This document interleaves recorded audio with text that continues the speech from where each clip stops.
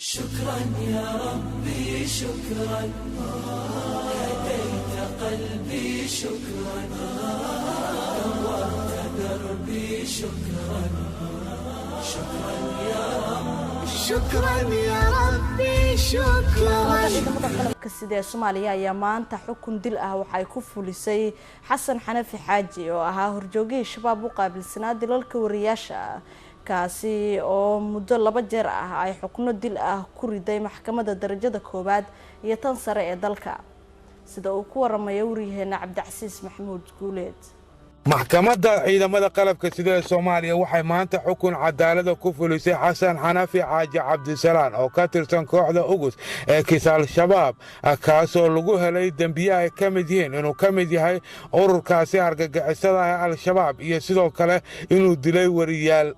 maxkamadda darajada koowaad ee ciidamada qalabka sida Soomaaliya ayaa Xasan Xanafi Xaaji Cabdisalaan hore waxay dacwad ciqaabeedkiisa markii ay dhageysatay ugu xukuntay dil toogasho laakiin 17 bishii saddexaad ee sanadkan ayuu xukunsanaa Xasan Xanafi rafaan ka qaatay xukunkii maxkamadda darajada koowaad 26 bishii saddexaad ee sanadkan ayay maxkamadda sare ciidamada qalabka sida Soomaaliya u fariisatay dacwad ciqaabeedkii loo haystay rafaan leh Xasan Xanafi Xaaji Cabdisalaan waxayna maxkamaddu ku raacday xukunkii maxkamadda darajada koowaad ee ciidamada qalabka sida Soomaaliya oo hadil toogasho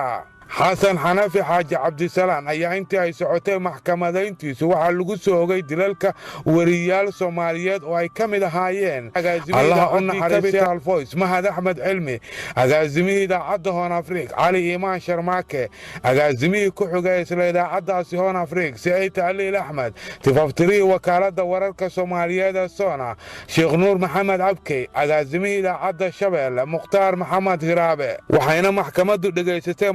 marqaatiyaal ku furaya Xasan Xanafi dambiga uu galay iyadoo Xasan Xanafi lafahantiisu uu qirtay dilalka wariyaal ay ka mid yihiin tifaftirihii wakaaladda wararka Soomaaliyeed Sheekh Nuur Maxamed Abkey ugu dambayntiina maanta ayaa fagaaraha cadaaladda ee dugsiga sare ee booliska generaalka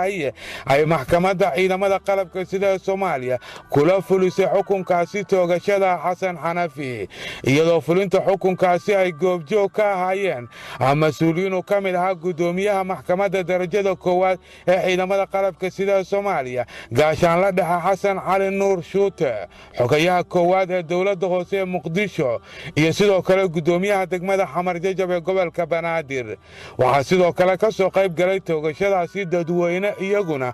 daawanayay sida xukunkaasi cadaaladda loo fulinayay gaashaanle dhexe Cabdullaahi Xuseen ku-xigeenka xeeraryaha maxkamadda ciidamada qalabka ayaa fulinta xukunkaasi toogashada kadib la hadlay saxaafadda maalintii ay taariikhdu ahayd 3 bishii saddexaad 2016 waxay maxkamadda darajada koowaad ee ciidamada qalabka sida u fariisatay dacwad ciqaabeedkii loo haystay eedaysane Xasan Xanafi Xaaji Cabdisalaan 28 jir ah ina Maryan Saalim Cumar ku dhashay Xamar kaasoo xafiiska xeerlaainta guud ee ciidamada qalabka sida ku soo eedeeyay inuu ka tirsan yahay ururka Al-Shabaab gaar ahaan qaybta qaabilsan dilalka saxafiyiinta asagoo qorsheeyay dilal loo geystay saxafiyiin fara badan isla markaana taariikhdu markay ahayd 4 bishii shanaad 2010 gacantiisa ku dilay marxuum Sheekh Nuur Maxamed Abkey oo tifaftirihii wakaaladda wararka Soona ahaa waxayna maxkamaddu ku xukuntay dil toogasho ah taariikhdu markii ay ahayd 17 bishii saddexaad 2016 maxkamadda darajada koowaad ee ciidamada qalabka sida rafaan ka qaatay xukunsanaha maalintii ay taariikhdu ahayd 26 bishii saddexaad 2016 waxay maxkamadda sare ee ciidamada qalabka sida u fariisatay dacwad ciqaabeedkii loo haystay rafaan leh Xasan Xanafi Xaaji Cabdisalaan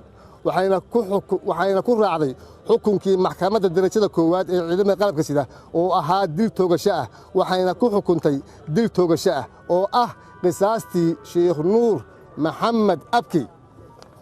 maanta oo ay taariikhdu tahay 11 bishii afraad 2016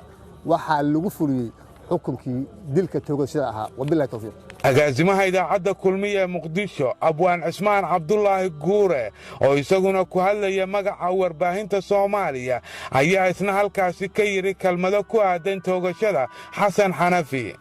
maanta ilaahay ayaa ku mahadsan. xasan xanafi annagoo u jeedna ayaa la mariyey waajibkii uu mudnaay oo laga gooyey xaqdarradii uu ka galay dad badan oo u badan bahda saxaafadda. waxaan aad uga xunnahay kuwa aan maqli doonno ayagoo cambaaraynaya dilka ama ka maanta la toogtay ama kuwii doraad la toogtay oo intaba bahda saxaafadda ay gacmahooda ku maqan tahay kuwa cambaaraynaya ayaa la arki doonaa